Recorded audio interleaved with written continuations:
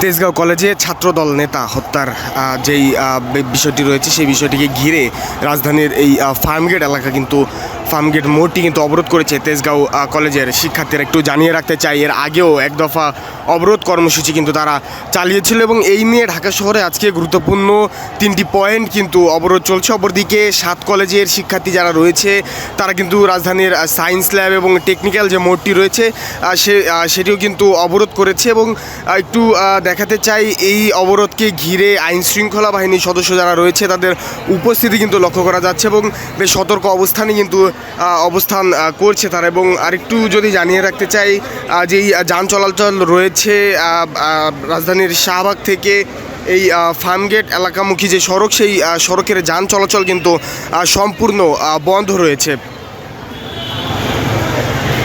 এবং যেমনটি দেখানোর চেষ্টা করছি, ঠিক রাজধানীর যে ফার্মগেট মোড় রয়েছে, ফার্মগেট মোড়ে কিন্তু যে কয়েকটি সড়ক রয়েছে সবগুলো সড়ক বন্ধ করে কিন্তু দাঁড়িয়ে রয়েছেন তেজগাঁও কলেজের শিক্ষার্থীরা। মূলত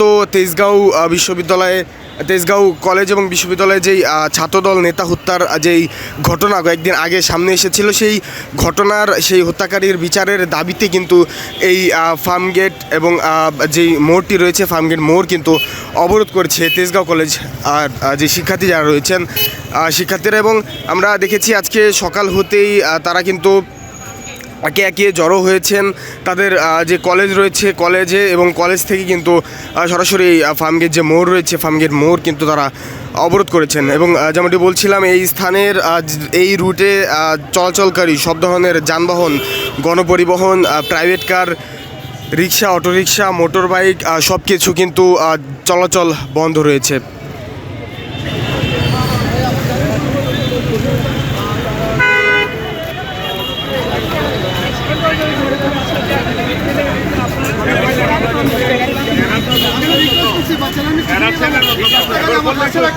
আমার এলাকার পাশের একটা গাড়ি চলে গেছে। আমি বললাম বাবা আমারটা কি ছেড়ে দাও, আমি এটাই বলছি।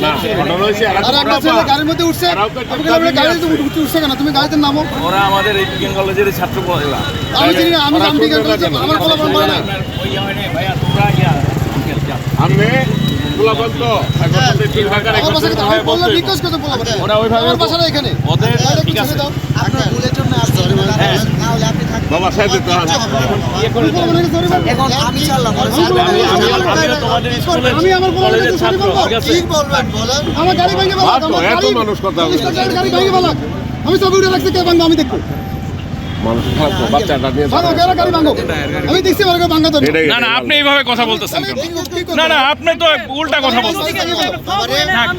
বাবা আমি বলতেছি, বাবা আমি বলতেছি, তুমি চুপ থাকো। আমি বলতেছি আঙ্কেল আমি দিছি আমার ভাঙে বলা আপনি এইভাবে বলার ঠিক না।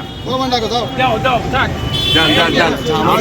যেমনটি দেখছেন, পথচারী যারা রয়েছে বা যানবাহন যারা চলাচল করছেন, যানবাহনের মালিক যারা রয়েছে তাদের সাথে কিন্তু বেশ বিতর্ক সৃষ্টি হয়েছে এই স্থানে আন্দোলনরত শিক্ষার্থী যারা রয়েছে তাদের সাথে। মূলত তেজগাঁও কলেজের ছাত্রদল নেতা হত্যার যে ঘটনা কয়েকদিন আগে বিভিন্ন প্ল্যাটফর্মের সামনে এসেছে, সেই হত্যার বিচারের দাবিতে কিন্তু রাজধানীর এই যে ফার্মগেট এলাকা রয়েছে, ফার্মগেট মোড় রয়েছে, সেটি কিন্তু অবরোধ করেছে শিক্ষার্থীরা। এবং যেমনটি দেখছেন, যে কয়েকটি সড়ক রয়েছে সব সড়কের সামনে কিন্তু শিক্ষার্থী যারা রয়েছেন তারা কিন্তু অবস্থান নিয়েছেন এবং সব ধরনের যান চলাচল কিন্তু বন্ধ রয়েছে। শুধুমাত্র যে ইমার্জেন্সি সাইলেন্সযুক্ত যেই অ্যাম্বুলেন্স রয়েছে সেগুলো ব্যতীত সব ধরনের গণপরিবহন, প্রাইভেট কার, রিক্সা, অটোরিক্সা চলাচল কিন্তু বন্ধ রয়েছেন। এবং আমরা দেখেছি যে কয়েক দফায় এখানে যারা পথচারী যারা রয়েছেন বা বিভিন্ন